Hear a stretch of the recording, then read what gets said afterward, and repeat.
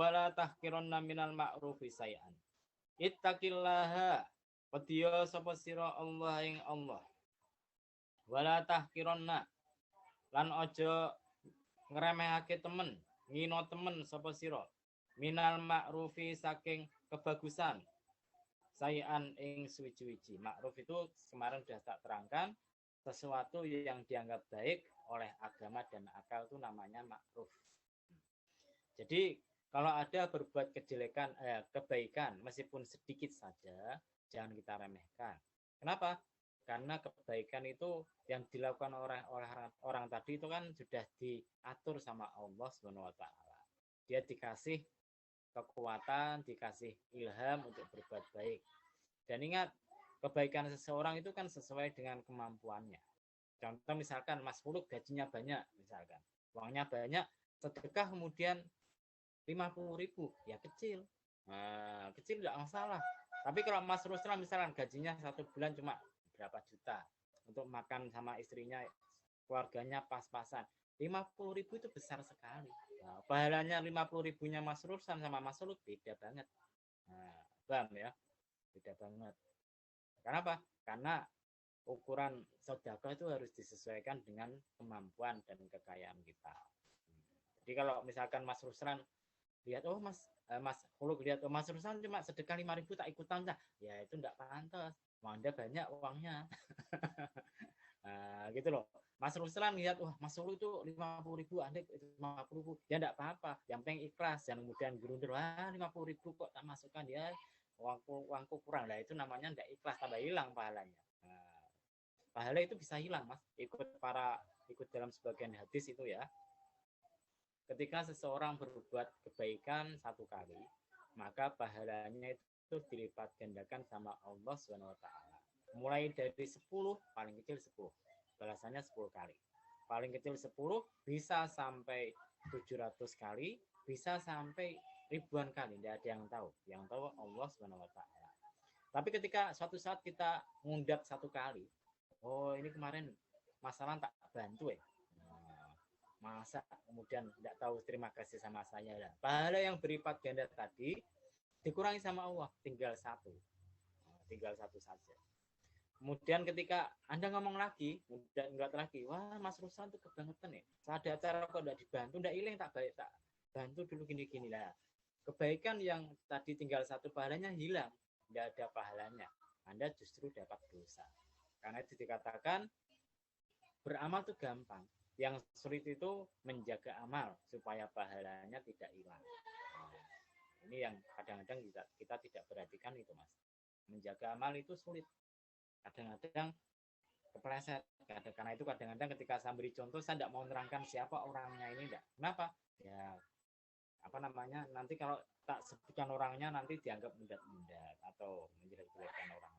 Ya, ditutupi aja lah namanya. Walau antufrigo lan senajan yen to ngesokake sapa sira mindalwika saking timbo sira fi ina ilmustaki ing dalem wadahe wong kang njaluk banyu.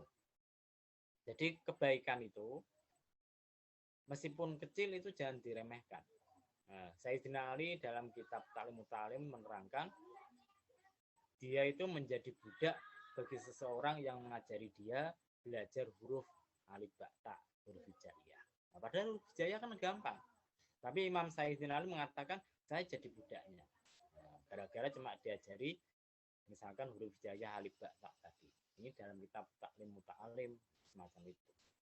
Karena itu kita lihat kenapa sekarang banyak orang pintar, anak-anak yang santri hebat, tapi ketika kita lihat dia tidak bisa bikin pengajian, ilmunya mandek di situ karena tidak barokah. Salah satu barokah yang perlu kita cari itu adalah barokah dari guru. Nah, contohnya misalkan dulu ketika Bafur masih hidup, saya itu kan ngaji sama beliau sampai beliau mau meninggal dunia. Ngajinya apa? Ngajinya tafsir Jalalain. Meskipun saya bisa baca, saya bisa nerangkan, tapi saya tetap ngaji. Kenapa? Karena kita cari barokahnya, bukan cari ilmunya. Nah, kalau ilmunya saya bisa baca, saya bisa terangkan, bahkan saya bisa mengambil dari kitab-kitab tafsir yang lain. Tapi yang dicari itu bukan itunya. Yang kita cari adalah barokahnya. Barokah itu penting. Apa barokah itu? Barokah itu namanya ziyadatul khair, tambahnya kebaikan. Misalkan Anda habis ngaji kok jadi merasa ingat pada Allah, lebih baik lagi hidupnya, ya insya Allah itu barokah.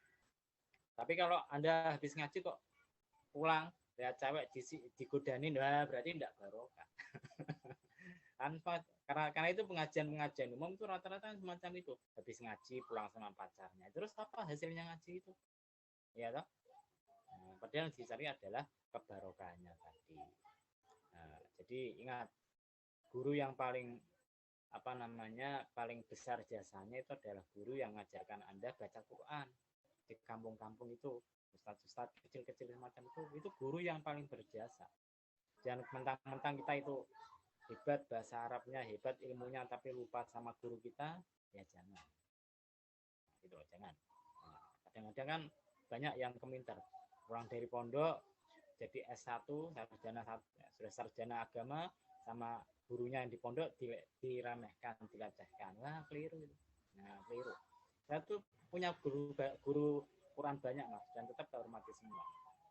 Bahkan ketika saya dulu dimarahi sama guru saya diam saja. Nah, saya tuh pernah dimarahi sama guru saya. Jadi, saya ngaji di pinggiran kepada Kiai Matrois namanya. Nah, ngajinya apa? Saya pengen ngaji nahu, Mbah. Akhirnya diajari jurumiyah. Jurumiyah selesai, saya pengen imriti. Imriti selesai, saya pengen alfiah. Langsung dimari. Ini gak pondok, deh. Sama pengen ngaji imriti. Alfiah ini pondok, orang ini. Oh, saya dimarah-marah itu, jari-jari. Ya, saya diam saja lah. Mau dimarahi. Insya Allah kan ilmunya bermanfaat. Yang penting jangan bantah. Kalau zaman sekarang kan dimarahi guru kadang bantah. Nah, itu yang bikin ilmunya tidak barokah. Semacam itu. Kita teruskan. Jadi kebaikan yang sedikit meskipun hanya Anda ambilkan air kemudian ditaruh sama orang yang nimba air, itu termasuk kebaikan yang remeh, tapi jangan diremehkan. Wa antalko, kan ada cerita toh, ada cerita seorang wanita pelacur. Kemudian dia itu diremehkan sama masyarakat. Ketika nimba air, adalah ada anjing yang kehausan. Kemudian dia kasihan, kemudian anjingnya dikasih air sama dia. Gara-gara itu dia masuk surga. Nah, padahal itu pelacur. Apalagi kalau yang ngasih Mas Ruslan atau Mas Son Haji ini, wah insya Allah bisa masuk surga banget. Yang penting ikhlas. Nah, yang penting ikhlas. Nah, gitu. Orang Islam tuh kalau sebelum nyawanya berada di tenggorokan, kalau dia tobat, insya Allah diampuni sama Allah SWT. Oh, kalau kita mau cerita banyak, Mas. Contoh ceritanya pada zaman Nabi Musa. Nabi Musa itu dapat wahyu dari Allah. Wahai Musa, kamu datang ke kampung itu loh. Cari si Fulan ini. Si Fulan itu mati di tempat sampah. Itu waliku. Nah, ketika Nabi Musa datang ke sana, ternyata mau ngurusi orang itu diprotes sama orang-orang kampung. Wahai Nabi Musa, kamu tidak tahu orang ini nih bajingan. Oh, tengik lagi. Sudah bajingan tengik. Artinya bajingan banget. Nah, ini dan maka kenapa kok kamu mau ngurusi Nabi Musa? Dia tidak pernah taubat sampai mati tidak taubat. Nah, maka Nabi Musa juga bingung loh. Allah wahyunya kok ini waliku. Tapi masyarakat kok menyaksikan dia itu orang yang jelek, yang tidak punya amal kebaikan sama sekali. Maka kemudian beliau tanya sama Allah, hey Allah ini gimana nih? Hambamu ini gimana? Yang benar ini wali atau enggak ya? Maka Allah mengatakan, ini waliku. Memang dia itu tidak pernah berbuat kebaikan sama sekali sampai mau mati, tidak pernah berbuat kebaikan. Tapi ketika dia sakaratul maut, dia bertobat sama saya, minta diampuni dosanya, maka kemudian gara-gara itu dia tak angkat jadi waliku kasihku. Nah, itu. Nah, orang mati husnul khotimah tidak ada yang tahu. Nah, ini kemudian masyarakat baru percaya, akhirnya kemudian Nabi Musa memandikan orang tadi dan mensolatinya, menguburkannya. Jadi karena itu Rasulullah mengatakan banyak orang yang amalannya itu seakan-akan itu amalan ahli surga, tapi ketika karena di rahim ibunya itu sudah dicetak sebagai ahli neraka, akhirnya matinya suul khotimah. Tapi banyak juga orang-orang yang kelihatannya amalannya itu seperti amalan penduduk neraka, tapi gara-gara di rahimnya sudah dicetak sebagai ahli surga, maka dia matinya husnul khotimah. Yang lagi viral kan beberapa waktu yang lalu orang mabuk datang ke masjid, dicegah sama orang-orang masjid, kemudian ditanya sama imamnya, kamu apa? Saya ini mau sholat. Saya ini habis mabuk tapi saya ingin sholat. Maka sama imamnya kemudian diajak mandi, diajak wudhu, pakai pakaian yang lumayan bersih. Ketika dia sholat baru sujud meninggal dunia. Ini namanya husnul khotimah. Itu kan. Jadi tidak ada yang tahu nasib kita nanti. Karena itu hadis itu menerangkan kita jangan sombong. Meskipun kita ngaji, kita ibadah, kita sholat, puasa dan lain sebagainya, belum tentu itu menyebabkan kita menjadi husnul khotimah dan ahli surga. Bahkan diterangkan orang kalau mengaku dirinya ahli surga itu jelas ahli neraka. Jadi misalkan Mas Son Haji, saya ini loh ahli surga, sholat, puasa, zakat dan sebagainya. Bisa-bisa ahli neraka itu. Karena orang ahli surga itu tidak pernah ngaku-ngaku ahli surga. Kecuali ya sahabat-sahabat yang dijamin sama Allah masuk surga. Kan ada as-sahabat al-mubasysyaruna bil jannah. 10 sahabat yang dijamin Allah, dijamin Nabi masuk surga kan ada. Wa antalqa lan yen to nemoni sapa sira akhaka ing saudaramu, yaitu orang muslim yang lain. Wa wajhuka lan hale utai wajahmu ilaihi marang akhaka mumbasitun iku apa namanya ceria. Mumbasitun itu wajah yang kelihatan gembira, wajah yang kelihatan tidak pernah susah. Itu rata-rata wajahnya para kiai. Ya toh, Anda lihat para kiai itu kan kelihatan tidak pernah susah loh. Temu tamu ya tersenyum, tidak punya duit ya tersenyum, ya toh. Padahal kalau pikirannya wah belum bayar sekolah anaknya, belum cari makan untuk anak istrinya, tapi karena kiai ya tersenyum. Tapi kalau kita nggak punya duit ya wajahnya langsung tumpek, murem. Ya toh. Kena masalah sedikit ya langsung susah. Kenapa? Karena ya beda tingkatan. Tingkatan kiai sama tingkatan santri itu beda. Misalkan santri sepak bola pakai celana pendek, oke, tidak ada masalah. Kiai beda sepak bola pakai celana pendek, ya masya Allah. Ya toh, innalillahi wa inna ilaihi rajiun. Ya toh. Demikian pula kalau ada seorang santri susah tidak punya duit, atau anaknya kena musibah, istrinya kena musibah, atau habis bertengkar sama istrinya susah, ya wajar santri kok merengut, wajar. Susah wajar. Tapi kalau kiai yang betul ada masalah semacam itu kok merengut susah, wah itu masih dipertanyakan kekiaiannya. Ya toh, harusnya ya gembira, harusnya nggak sedih. Kan ada seorang waliullah itu, seorang ulama itu punya anak yang sangat disayangi sama dia. Ini di kitab apa namanya Talbisul Iblis diterangkan. Jadi anaknya itu sangat disayang sama dia. Kemudian ketika beberapa waktu anaknya sakit dan meninggal dunia, maka ketika orang-orang takziah ke rumahnya, bapaknya ini tidak nangis, tambah mesem, tambah agak tertawa. Maka orang-orang heran, wah Pak, kamu anaknya meninggal kok tertawa, kok mesem, kok tidak sedih? Dia tertawa, ya gimana saya tidak tertawa? Ternyata saya sama anak saya itu lebih dicintai Allah, anak saya. Buktinya apa? Anak saya dipanggil dulu. Maka anak saya itu dicintai Allah, lebih dicintai Allah daripada saya. Yang kedua, mungkin gara-gara saya cinta, sayang sama anak ini, saya itu ibadahnya jadi kurang khusyuk, kurang rajin. Ya Allah memanggil dia supaya saya kembali ke ibadah yang rajin dan khusyuk lagi. Itu pandangan para ulama yang sudah jadi wali. Kalau kita anaknya meninggal ya nangis, ya toh. Saudara meninggal ya nangis. Itu wajar, kita bukan wali, kita bukan kiai, kan itu wajar. Kita teruskan. Jadi sedekah yang paling sederhana itu adalah sedekah dengan tersenyum, memberi wajah gembira kepada orang yang ada di sekeliling kita. Jadi salah satu caranya itu kalau ngajak ngomong ya berhadapan-hadapan, menunjukkan bahwasanya kita itu menghargai orang itu tadi. Bahkan gara-gara tersenyum itu kadang-kadang bisa membantu orang lain secara tidak sengaja. Kalau Anda sering baca buku-buku motivasi, salah satunya Chicken Shop atau apa itu, bukunya terkenal sekali. Ada salah satu cerita, ada seorang anak yang mau bunuh diri. Kenapa? Banyak masalah. Keluarganya tidak merhatikan dia, di sekolah dibully dan lain sebagainya. Dia banyak masalah. Kemudian ketika mau bunuh diri ternyata ketemu sama seseorang, diajak bicara, orangnya tersenyum, bahkan dia ngerangkul dia. Kemudian habis itu dia pulang tidak jadi bunuh diri, gara-gara ada orang yang tersenyum dan ngerangkul tadi. Nah, tapi jangan dipraktekkan ya Mas Ruslan, ada cewek kok sedih, Anda rangkul, wah itu tidak pas. Alasannya biar tidak bunuh diri, ya Anda tidak tahu. Nah, yang rangkul yang cowok tidak apa-apa, kalau yang cewek jangan. Nah, teruskan.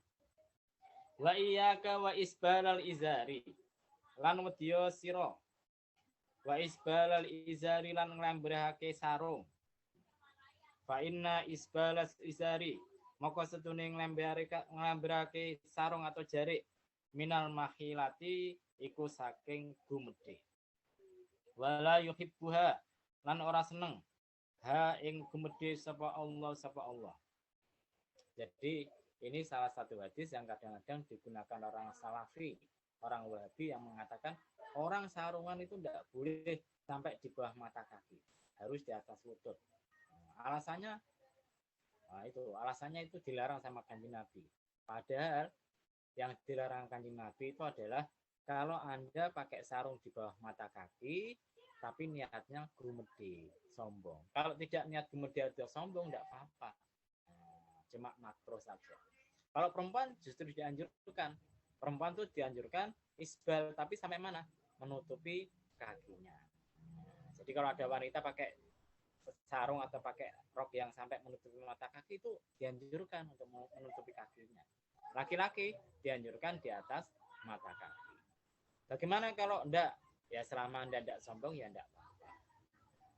Masalahnya cuma masalah sombong. Kalau Anda lihat kan orang-orang luar negeri itu kalau nikah yang wanita tuh pakai gaun apa namanya ada ekornya panjang sekali, bisa berapa meter panjang, ya toh Mas. Nah itu khuyala, itu sombong, itu tidak disukai sama Allah Subhanahu wa taala. Demikian pula laki-laki kalau pakai sarung atau pakai celana ya sebaiknya di atas mata kaki. Kemudian nah ini yang berikutnya yang sulit sekali kita terapkan. Wa ini mruun lan namuna ana wong siji.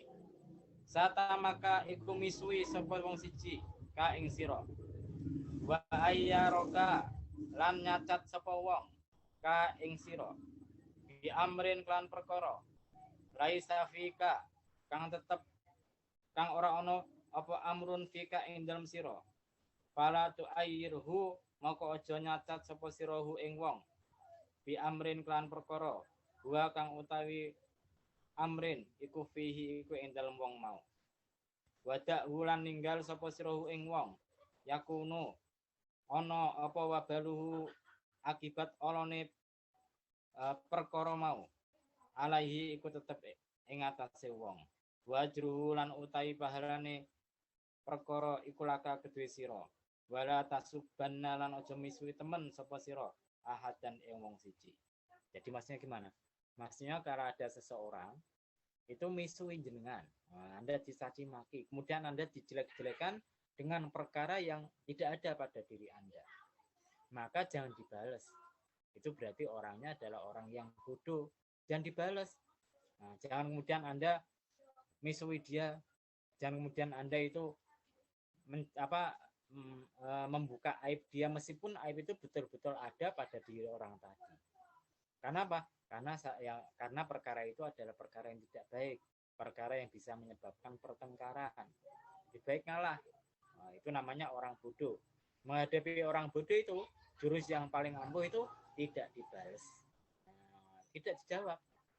Jadi kalau Anda misalkan berdebat dengan orang-orang yang bukan NU, mereka ngajinya baru terjemah dan sebagainya, Anda diajak debat macam-macam, dikasih tahu 1, 2, 3 dalilnya, tidak percaya, tidak mau yakin, ya tinggalkan saja. Dia itu artinya adalah orang yang bodoh. Orang yang bodoh itu percuma dikasih tahu. Gitu. Kenapa? Semakin Anda ajak bertengkar, semakin senang dia. Makin ramai dia, semakin keliru dalilnya. Karena itu para ulama mengatakan bahwasanya jawaban untuk orang yang bodoh itu diem, tidak ngomong. Nah, jadi kalau ada orang, kadang-kadang saya di pasar itu sebelum ketahuan, saya kan dulu di pasar tidak ketahuan ustadz, orang-orang tidak ada yang tahu kalau saya ustadz. Bahkan ada orang yang mau menjodohkan saya, tanya sama saya, Mas, kamu tak jadikan anu ya, tak jodohkan sama ponakanku, tapi nyun sewu sampean sholat ndak? Ditanya gitu teman. Oh, nggak tahu dia ustadz. Ditanya sholat ndak. Jadi dulu ketika saya masih tidak ketahuan ustadz, itu ketika di pasar-pasar itu ya nggak pernah ngomong masalah agama. Ada orang yang keminter ngomong masalah agama, ya tak iyani saja, itu aja. Repot kan itu, niatnya jualan nih, bukan dakwah ya. Tapi kalau yang datang teman saya yang kiai atau ustadz, ya tak ajak bantah-bantahan.